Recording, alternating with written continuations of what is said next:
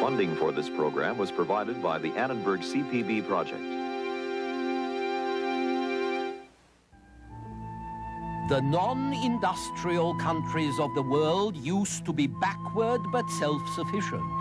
Now they are backward and dependent, with every baby born pushing them closer to catastrophe. The third world, this time on the Western tradition.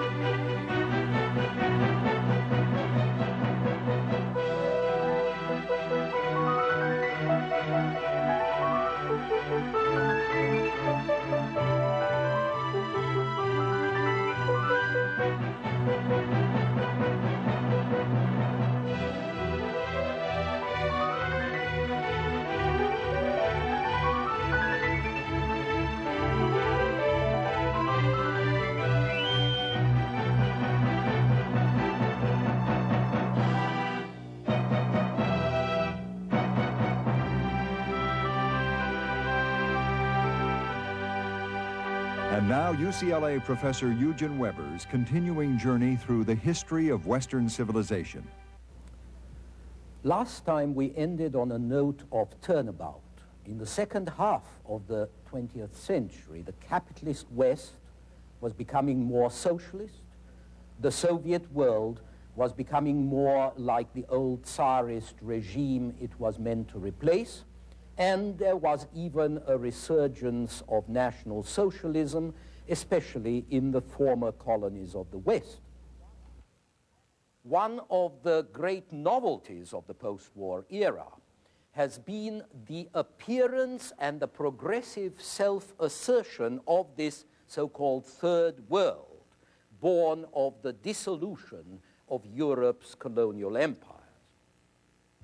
More than 50 new republics have joined the ranks of the United Nations since 1945.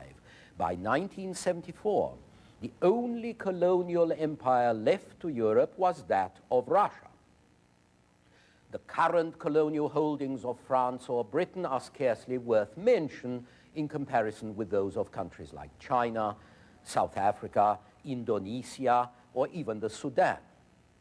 Europe's age of territorial imperialism seems to be over, and that itself is a remarkable change. But the colonial enterprises of the past have left their mark behind them.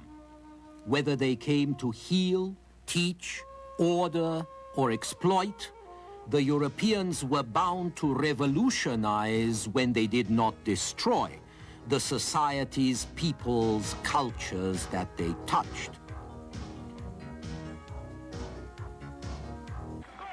But whatever motives moved the European empire builders, they were responsible for training the leaders and inspiring the ideologies that have challenged Westerners and then displaced them. On the one hand, the need of the industrialized nations to interfere with those less developed, as England did with India, this need increased as communications shrank the world and trade tied its disparate parts together. Without the colonies' markets, and especially their products, the industries of the West were likely to run down.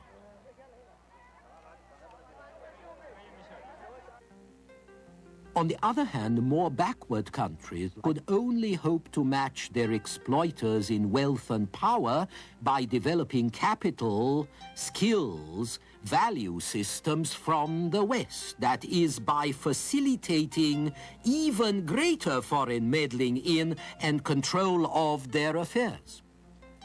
The West could not be kept out without Western techniques. And those techniques could not be acquired without bringing in the West. That was the quandary. But some actions of the West, even if they were intended to be benevolent, could have dire effects if they were based on an inappropriate estimate of what was good. Condensed milk for babies, solid meals for starving men and women, cold water for the overheated, these can hurt or kill. Similarly, so can constitutions and other alien imports. You cannot introduce machines and factories without implicit concepts of what man can or should do. You cannot introduce social services without attendant ideas of what man needs and what man is. One materialism ushers in another. One ideology elbows out another and imposes itself.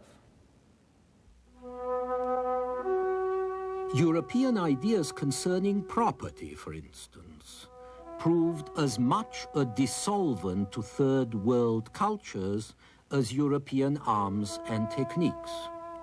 When lands which had been held and worked in common were split up and treated as private, separate pieces of property subject to sale, transfer, mortgage by one particular owner, then tribal or communal forms of land tenure were dissolved, and with them the societies, the crafts, the tribes which had evolved structures quite different from those of the West.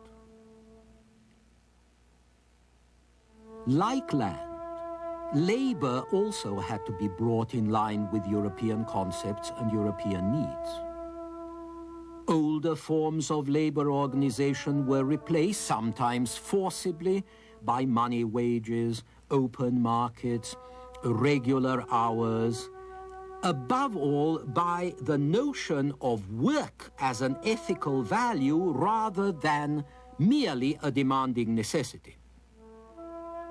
Where Europe took 500 years to live the evolution from Middle Ages to modern world, African and Asian societies were forced to live it in a couple of generations. Money replaced barter or subsistence. Exchange replaced self-sufficiency. Tens of millions who had seldom or never used currency were initiated into its delights or pressured by taxes and other obligations into cash-producing activities. Efficiency replaced haphazardness.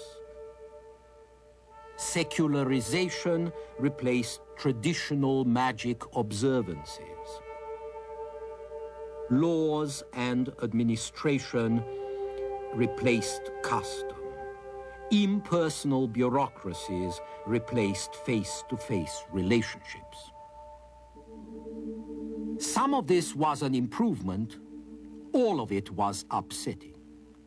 One society after another was affected by alien concepts generally applied with little understanding of the historical background or the stability provided by existing practices. People who had operated time out of mind as parts of customary cultures were introduced to the possibilities and the insecurities of change. They really could not challenge their new masters. But the colonial process is not as simple as it is often painted, and it does not operate in one direction alone. The occupier does not simply rule the occupied. He infiltrates their consciousness, their lives, their culture. He takes hold of them inside and out. Indians and Nigerians often want to be English gentlemen. All this indicates the possibility that technological society did not destroy values as such, but rather suggested new values. What you see in 19th and 20th century colonial history is an accelerated version of European history. Contract replaced tradition. The free-moving, free-wheeling individual replaced the static family or tribe. Democracy, with all its drawbacks and opportunities, replaced the stable hierarchies of status and birth. Changing legal structures transformed society and social attitudes. Technological innovations turned congeries of provinces into countries, spread modern skills, suggested the revival of native industry and enterprise in a new guise and on a new scale. And just as in Europe, all this has provided more efficient modern means for age-old tendencies to exploit, to oppress, and to murder your enemies en masse. But because the whole world is at our doorstep, we can see that time has not unraveled at the same rate for people in every country. We are haunted by the disparity between the advanced countries and all others, the imbalance between the industrialized West and North and the agrarian remainder of the world. Today, a glance across the world reveals extraordinary differences. Unlike 200 years ago, when generally speaking, most people everywhere still lived approximately in similar circumstances. Today's differences are more on a scale of time than space. Behind this lies the fact that while all the world advances, its most advanced areas advance the fastest. Europe and North America, which have less than 30% of the world's population, produce 80% of its income. And Europe continues to consume the greatest share of the surplus foods and raw materials of the world, and to provide the leading exporters of manufactured goods, just as she had done in 1900. Asia, Africa, Latin America are increasing their production too, but not nearly as fast.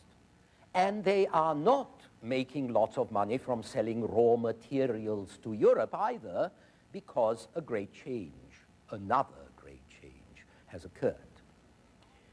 The largest amount of trading takes place between the industrial nations themselves, instead of between the industrial nations and their former colonies. Europe and the United States take less of the world's raw materials now than they did 70 years ago. So primary producers in Asia, in Africa, in South America, with their rubber and their oil and their tin, do less trade. And they do it on worse terms than before because demand for their products is shrinking or is only being maintained by artificial means.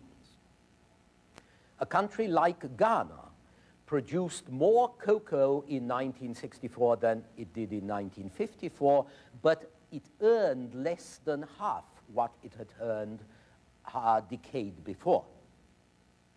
And since the 1973 oil crisis, the situation has only grown worse. In 1970, the beef from one African cow could pay for 1 barrel of oil. Now it takes 8 cows to buy a barrel of oil. Non-industrial economies used to be backward, but self-sufficient. Now they are backward and dependent, which makes them more unstable than the industrial economies on which they depend. That is especially true when a country depends on a single product. All in all, over a score of countries still depend on a single product for over half of their export trade, and they lead a precarious existence, teetering on the brink of catastrophe with every oscillation of world commodity prices. At the same time, these economies have been caught between soaring demand for modern goods and insufficient supply. The result has been crippling inflation. Between 1958 and 1968, the cost of living index went up from 100 to 149 in India, 202 in Ghana, 879 in Argentina, 2,260 in Brazil, all countries where anachronism and modernization are at odds. In my first lecture, I quoted Voltaire about history being only a pack of tricks that we play on the dead. How often, one may ask, is history a pack of tricks that the dead play on us and we play on each other? And we become aware of them as one hidden mine after another goes off unexpectedly under our feet. Overpopulation might be one of history's most fiendish tricks. Modern sanitation techniques and disease control had such a dramatic effect on underdeveloped nations that the population growth which occurred over several centuries in the West took less than a decade in certain Asian and South American countries, far faster than the economy and means of production could adjust to the conditions this created. The continents least able to bear it find their population rising fastest. Asia, with 50% of the world's population, has 11% of its revenues. Men and women have multiplied for thousands of years to reach the 5 billion mark. Short of catastrophe, they'll double that in 40 years. And yet most of these masses, who are no longer powerless or silent, who grow in number because of the West's medical advances, cannot afford the West's comforts, machinery, or nourishment. Discontent can spread more rapidly than prosperity. As Nehru once remarked, what is new in India is not misery, but the consciousness the Indian people has of it today, and its impatience to be free of it. Yet, whilst an American farmer can feed 44 persons, a Frenchman 12, a Russian 5, the average producer in an undeveloped country can generally feed only himself properly, at best one other person. It takes 15 Indian cows to give as much milk as one American cow, 7 acres of Vietnamese rice paddy to harvest the same quantities as those produced by 1 acre in Australia. Unfortunately, there's little reason to think that the hungry countries, whose population by 2000 AD will be over 5 billion, 4/5 of the total projected for the whole planet, that these countries can be modernized fast enough to keep them from becoming a miserable, suffering, explosive sore. The greater the population, the less likely their living standard is to improve. The less the living standard improves, the less chance there is of lowering the birth rate. The greater the population pressure on available resources, the fewer resources can be spared to increase productivity, to improve living conditions, and to create possibilities and attitudes conducive to limiting the population. the area of the world's cultivated lands can be tripled, productivity greatly intensified. A fuller, more balanced diet might even cut down the population growth. Recent studies suggest that hungry societies whose diet is deficient in proteins may be particularly prolific, while protein-rich diets reduce the fertility rate. It's also possible to bring the birth rate down to compensate for a lower death rate, and it is possible to enlist science in solving the problems of subsistence, production, and population. But capital and technology depend on human attitudes and human decisions. In this regard, the 1980s have witnessed remarkable strides in India and China, but equally remarkable retrogression in other places. 30 years after colonial rule, African states are more dependent than ever on foreign assistance. Every fifth sack of grain the Africans will eat is imported. So are the armaments, which account for far more money than goes to their living standards. As usual, political decisions command material possibilities.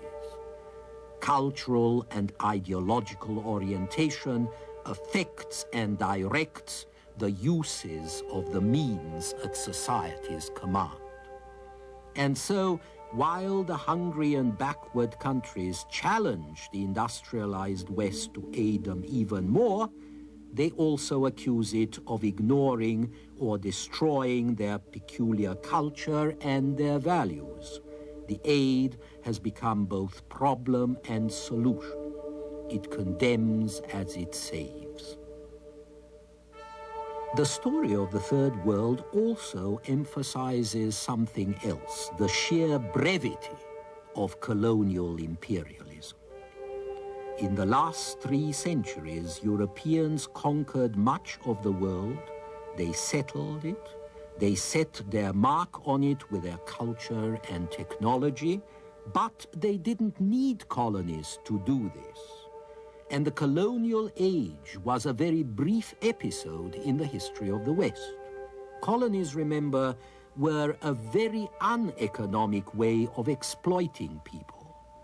But even this brief interlude had a dramatic, often devastating effect on the Third World, which had barely changed for thousands of years. As for the West, much of what happened in the last 100 years has proved as short-lived as the colonial age. Much is being abandoned, much is being reversed. Literacy, for example, which was so hard to achieve and only generalized around 1900, literacy is now seeping away. We're returning to the oral and visual culture of our forefathers. Law and order that proved so hard to establish are also cracking. Life used to be precarious, then it became a little less precarious in the late 19th century. In the late 20th century, it grows more precarious again. And while material uniformity grows, cultural uniformity, another recent achievement, cultural uniformity wanes.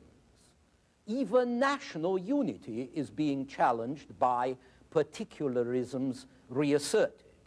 Linguistic in Belgium or Canada, national in Brittany and Wales and Catalonia and Yugoslavia, cultural and ethnic in countries like the United States. The long trend to greater centralization, to greater authority, is being reversed in the West, although, of course, not in the rest of the world. And the shorter trend, which for 3 or 4 centuries tried to impose standards of reason and rational discourse, this is meeting strong competition from the sciences, the arts, and the politics of irrationality. It's hard, after all, to be rational in an irrational world. It is not rational. So we're going back to earlier situations which our forefathers fought hard to alter and overcome. And whatever else this means, it suggests that historical experience is not a linear progression, it's rather a meander, a river in whose waters you can never step twice, of course, but also one whose curves ever approach each other and ever flow through new, unexpected territory. Next time, the technological revolution. Until then.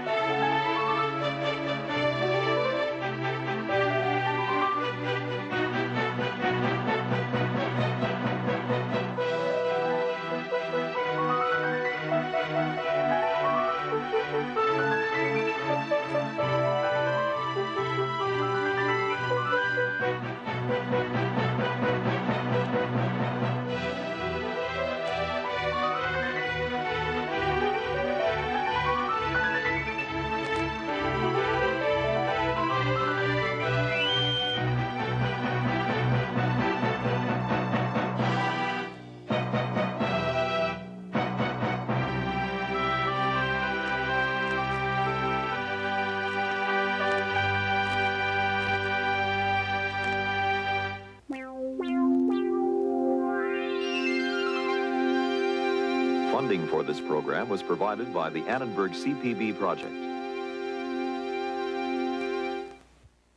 For information about the Western Tradition television course, transcripts, pre-recorded videocassettes, off-air taping, or related books based on the television series, viewers should call the Annenberg CPB Project's 1-800-LEARNER telephone number or write to the Annenberg CPB Project, 1111 16th Street Northwest, Washington, D.C. 20036. This is PBS.